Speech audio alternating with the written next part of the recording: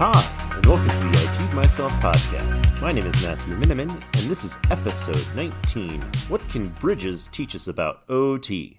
So, bridges. You drive over them. They carry stuff. They span water. You make balsa wood representations of them in middle school and see how much load they can carry, and then, get a C on the assignment because you used glue. I don't know. Bridges. They're neat. Bridges are kind of essential to the life in the United States in that when you drive from point A to point B, you probably cross over quite a few. I know on my way to my office from my house, there are probably 17 separate bridges that I end up having to drive over, some of which you wouldn't even consider a bridge because, they're just there. But they do span a distance, and that has that's their purpose. They make it easier to get from point A to point B. But it's interesting. The thing about bridges is that you don't even think about them. They're so just normal. They just sit there after they're constructed, and then they're just there. That they're so in the background of our world, of our life, at least in the United States, that you don't even realize what's going on with them. And that can lead to some disastrous effects. In 2023, the United States Department of Transportation estimated that a good 220,000 bridges in the United States required replacement or work in the next 5 years, meaning 36% of all bridges in the United States. That's a huge number. And where we see this actually have a real life impact in the world is here in Colorado. We actually just had a bridge collapse. It was actually pretty public, and it actually prevented it had a huge impact across the country. It slowed transportation, slowed commerce quite a bit, because this bridge that goes over I-25 down in Pueblo collapsed and caused this huge spillage of coal and killed one person and basically created this huge reroute for I-25, which is a major artery in the United States, north to south. But it also stopped that rail line as well. So there was a lot of slowdown from that. And one of the things that's going to come out of this, and I know because I've passed under that bridge several times, is that it was woefully in need of attention. It needed repair. When you passed underneath it, the concrete showed cracks. The steel had rust on it. It did not look like it should be in service, but it was kept in service. It was kept load bearing, and nobody worked on it. And that's a hazard. So, operational technology, OT. You might have also heard it as IoT, Industrial Operational Technology, and there are a few other acronyms out there for it as well. But basically what OT is, operational technology, is it's a piece of technology that has a real life or physical attribute to it, like it's affecting something in real life. It's not just numbers and digits. It actually has some impact physically on the planet. So things like heating control systems, air conditioning systems, doors that lock, conveyor belts, pipelines, pumps, things like that. These are all operational technologies. Hell, ratchets now could be considered operational technology because they're all interconnected and they all have to connect to the internet, or they have to connect to some sort of computer to run their operations. So operational technology has a lot of impact on the world. You may have heard of a hack a couple of years ago that affected the eastern United States that was called the Colonial Pipeline hack.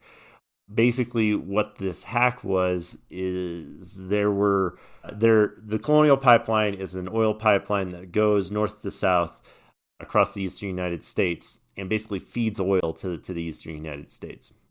And across each segment of the pipeline, there are devices that basically control the flow of the oil. They control how much is being sent, how much gas escape there is. Basically, it's their safety and security measures, and also flow control, so that way people get the oil they need when they need it. And when this got hit, it shut down a huge portion of the country as far as like oil production and gasoline is concerned, and it caused a huge panic. It could have had a potential impact into trillions of dollars. And one of the immediate impacts of this is that it freaked a bunch of people out, so they went and pumped a bunch of gas into any container they could find. Some people pumped gas into like trash bags. Had a huge impact. The reason why this happened was because the hackers got control of the operational technology devices. They got control of those flow mechanisms. They got control of the safety mechanisms, and they took control and basically held them for ransom. And there have been other circumstances of operational technology being abused in such a way that it can be harmful. In fact, in Florida, there's been more than one instance of operational technology, specifically water control systems, being used to potentially kill people. There was one where I forget what it's called, but basically it's where they add chemicals to the water to do things like clean it, bleach and fluoride and whatever. And this system was reachable from the outside, and somebody got in and basically tried to add extra chlorine to the water, enough so that if somebody were to drink it, they could have potentially been poisoned and could have died. It was a lethal dose that was added to the water. And the only reason it was stopped was because somebody was paying enough attention to see that there was this order issued to add this chlorine to the water, and they stopped it before it got to that point. So operational technology is important for a lot of reasons, and just like bridges, it can be a challenge to pay attention to a lot of this. In the world of operational technology, one of the things we see is that a significant portion of operational technology companies or companies that rely on operational technology, half of them have been impacted through their operational technology being directly attacked. And in just the last 3 years, there has been an 88% increase in vulnerabilities associated with operational technology devices. So there are attackers out there who are looking for specifically IoT, OT devices to attempt to cause harm or to gain access. And so there's a lot of importance to this. There's a significant aspect to this, and just like bridges, people don't normally think about this. People don't normally think about, oh, well, my AC unit works just fine, and it works. I just set my thermostat, and it turns on. It cools my building, cools my apartment, cools my house, and I have to think about it. And that's its point. That's its purpose, is so to be easy and simplistic enough so that you don't have to think about it as a person. Where that becomes a danger is when nobody can focus on it and nobody understands what's going on, to the point that it allows and exposes that specific device to a threat. Just like with the bridges, how you can pass underneath it and you're like, well, it must be safe because it's still there and it's still being used, so I just got to travel underneath it. Woo, this is great. You just have to trust, right? But that's kind of the problem. That's what happened with the Pueblo, with that bridge collapse here just recently, was that nobody brought it up. Nobody issued that needed to be repaired and that bridge should be taken out of service. That had a significant impact. And so why a bridge like that, being over I-25, one of the busiest arteries in the country, there should be a lot of notice to that. There should be a lot of people that pass underneath that. And a bridge inspector should have at least passed underneath it once in between when it started to look bad and when it collapsed. So somebody should have seen it. But here's the problem with that, and with operational technology as a whole, is that, again, it's it's supposed to be simplistic, and it's supposed to be something that really doesn't require a lot of attention. And so when you set it up with like operational technology, if you set this up as a company, typically you're setting it up, an engineer is setting it up. And I don't mean like a computer engineer. I mean like an engineer, a guy who does like mechanical engineering, or who's a pipe fitter, or somebody who's not in IT, somebody who doesn't have security training. They are installing these devices, and they install them to the point where they work and nothing else. Then nobody comes in behind them and resolves the issues, with the security issues that we see. So from a perspective of what can we do to fix this, one of those things is when you install an operational technology, when you have an operational technology piece, like a flow control unit or an AC unit or a power supply or a battery backup, or I can go on and on. If you have any of these devices and you install them in your network and connect them in such a way that they are communicating to the internet, you should then have a security individual come in behind that, review the risks, review the vulnerabilities, review the exposure, and then resolve it. That's what should happen. Operational technology as a whole operates in very much the same way. Let's talk about a non-theoretical actual circumstance that has happened before. If you've ever passed by a series of wind farms where you've got just an absolute ton of those giant fucking fan blades that capture the wind and turn it into electricity, you can see there's just a ton of them. There's, I don't know, hundreds, maybe thousands of these across. I mean, if you drive from Colorado to Kansas, as soon as you hit Lyman and you are looking east, there is nothing but these fucking lights just blinking on and off as these windmills go.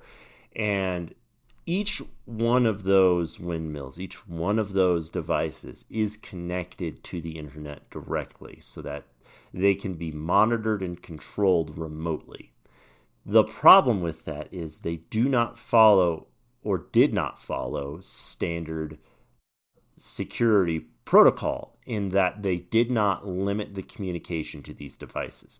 And so there's a circumstance that happened probably 15 years ago where there was a wind farm out in the middle of nowhere, and this one company noticed that their bandwidth utilization over the internet connection was a lot higher than it normally was, and they were very curious as to why.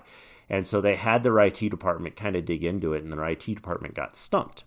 And they're like, oh, we don't know why all this traffic is happening, why we're having all this traffic over these devices. It doesn't make sense.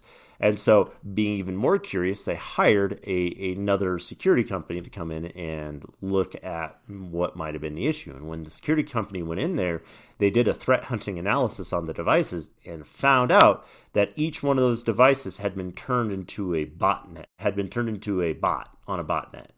And that was why the traffic had been utilized, or was so high in utilization. The funny thing about this particular instance, though, was that when this particular botnet took over these computers, it was very defensive about its territory, and it performed as many antivirus functions as it possibly could without deleting itself. So it would prevent other organizations, other attackers from gaining access to these devices. And so, without knowing what these devices were doing on this botnet, the only thing the guys from the research, the security research company was like, it's part of a botnet. It's doing everything to prevent further infection from other attackers, to the point of even installing Windows updates. And in fact, the Windows updates that are on this machine are like 6 months ahead of your Windows updates inside of your own office. So like, they're actually doing a better job than your IT department of updating your computers. And because the company that had the company that was that owned these windmills, these devices, because they heard that, they were like, oh, well, let's not fix the problem. If they're doing work for us, we'll just let them do that. Eating up bandwidth, not our problem. And that kind of attitude is kind of rampant across all of the operational technology and IoT world, where it's not really our problem because we really don't. Why would anybody want to attack our stuff? And the problem is that is what leads to the Colonial Pipeline attack. That's what leads to people trying to dump chlorine into the water and kill people.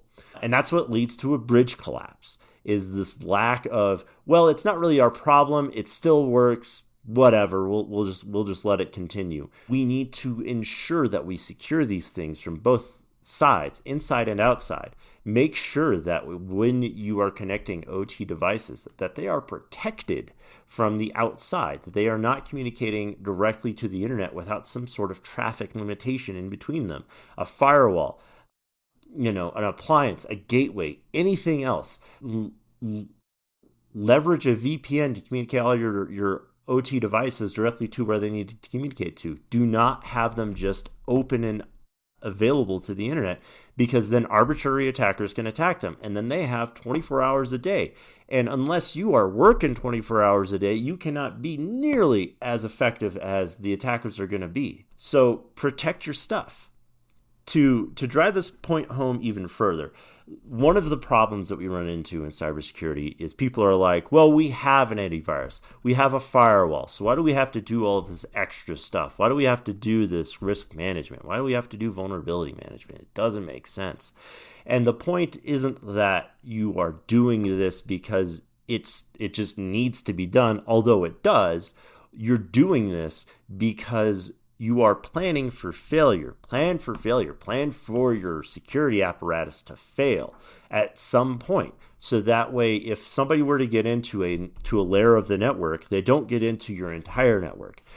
Separate your stuff so that they're not able to leverage one vulnerable device to then hop out and control your entire organization's network. Make sure that you secure stuff from within and without. If you are intelligent in your approach to the risk and vulnerability and exposure, you can remove most of your risk, the vast majority of your risk, and still have an open and honest and very efficient network. At any rate, that is how operational technology can present the problems that we see. And that is how it happens, is you have this HVAC system, this heater that is exposed to the internet directly because the maintenance company that operates the contract on that particular HVAC system needs to have direct access. And the guys who set it up weren't trained in IT. They weren't security people. They were just like, we just need to get it connected to the internet, and that's it. We'll let it communicate however it is. And then 5-6 years down the road, a vulnerability shows up for that particular HVAC unit. Some attacker finds it on the internet and says, oh, I can get into this. And then they get into it, and then they boil 1,600 people alive in an apartment. That is how this stuff happens. And that is how it is going to continue to happen as long as we continue to allow insecure configurations to be made on operational technology. So on that sunny note, I'll leave you guys with that, and I'll have all of my resources, all my sources in the show notes, and I hope you guys have a great day.